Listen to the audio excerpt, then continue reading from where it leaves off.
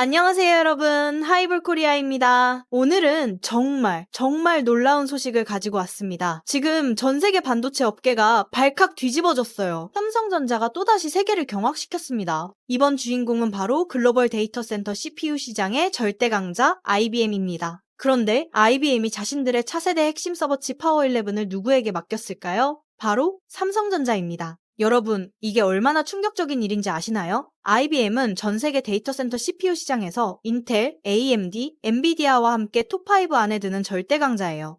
증권사, 대형 데이터 센터에서 절대 꺼지면 안 되는 시스템들을 책임지는 회사거든요. 그런 IBM이 지금까지 줄곧 파운드리 업계 독보적 1위인 대만 TSMC에만 의존해왔어요. TSMC 점유율이 무려 70%가 넘거든요?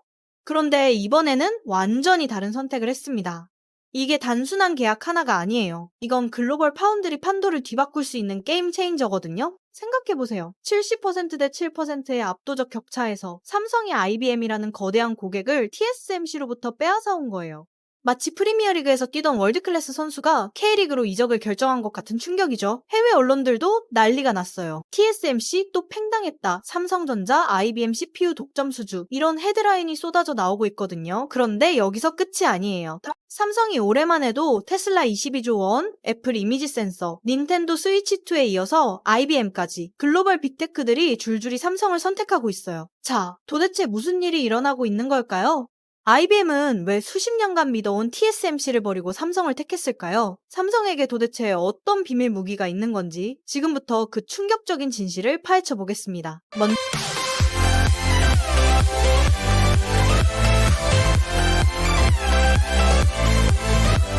먼저 IBM의 파워11이 뭔지 알아볼게요. 이 칩은 단순한 서버칩이 아닙니다. 데이터 센터 CPU 시장 톱5 기업 중 하나인 IBM이 만든 차세대 서버용 중앙처리 장치로 999999%의 업타임을 자랑해요. 이게 무슨 뜻이냐면 1년에 단 32초만 멈출 수 있다는 거예요.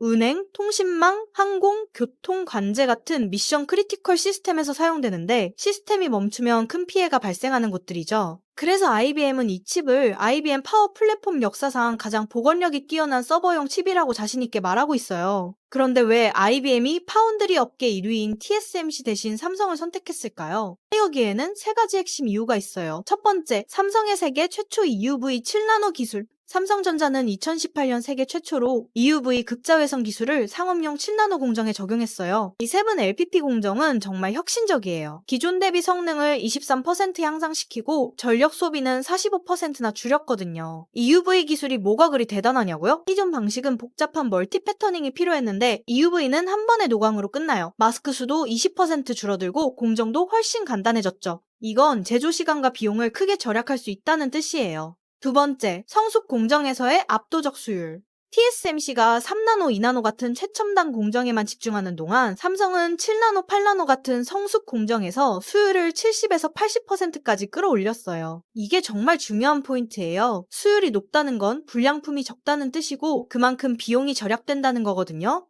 IBM 입장에서는 안정적이고 예측 가능한 생산이 필요했고 삼성이 바로 그 조건을 만족시켜준 거죠. 세 번째, TSMC의 생산 능력 한계. 사실 이것도 큰 요인이에요. TSMC는 애플, 엔비디아 같은 초거대 고객들의 주문으로 생산 능력이 포화 상태에 이르렀어요.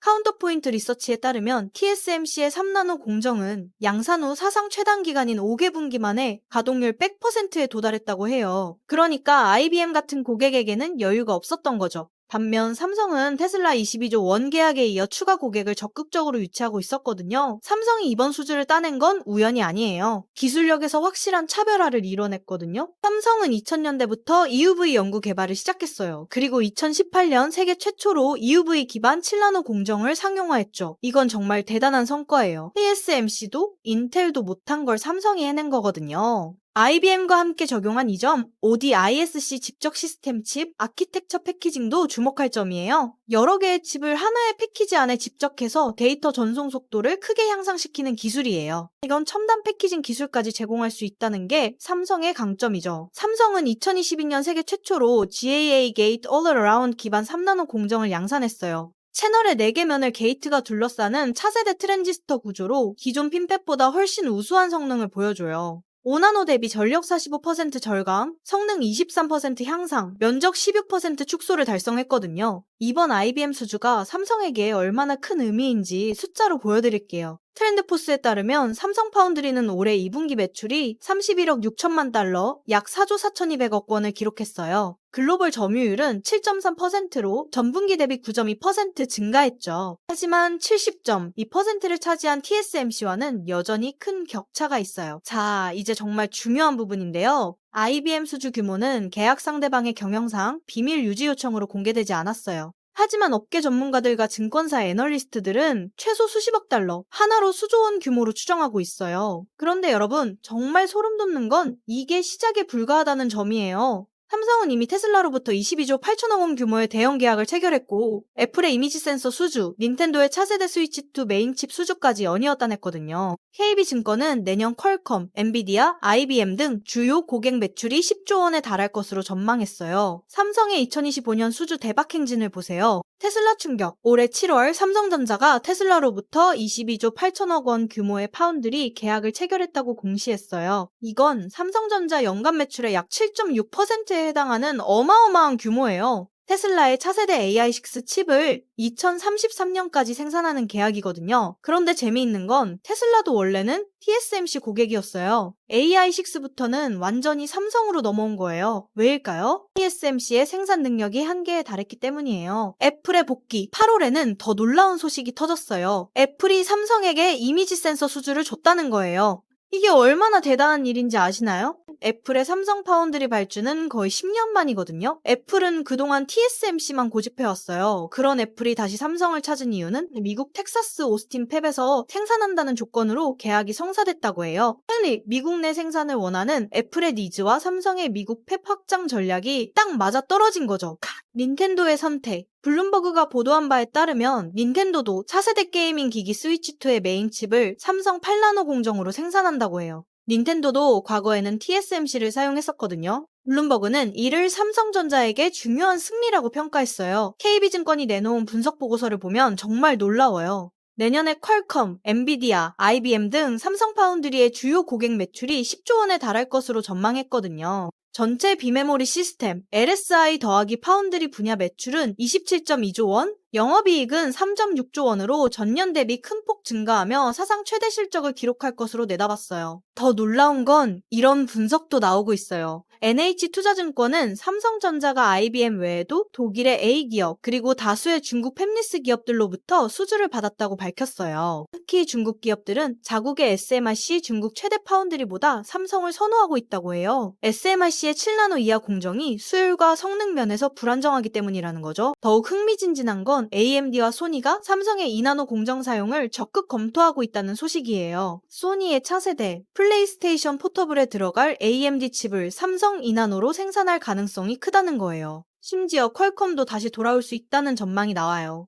2022년 발열 문제로 삼성을 떠났던 퀄컴이 테슬라, 애플, IBM의 성공 사례를 보고 재검토하고 있다는 거거든요? 이제 정말 TSMC 독주 체제에 균열이 생기기 시작한 것 같지 않나요? 혼자 독식하면 많은 문제가 생기는데 이제 TSMC 아성이 조금씩 무너지는 것 같아요. 삼성은 하이케이 메탈 게이트, 핀팻, EUV 등 신기술을 누구보다 먼저 도입해왔어요. 후발주자였던 파운드리 사업에서 이렇게 빠르게 성장할 수 있었던 이유죠. 물론 장밋빛 전망만 있는 건 아니에요. 삼성 파운드리가 극복해야 할 과제들도 있거든요. 삼성의 3나노 수율은 아직 TSMC에 비해 낮다고 알려져 있어요. 엑시노스 2500이가 갤럭시 S25에 탑재되지 못한 것도 수율 문제 때문이라는 분석이 있죠.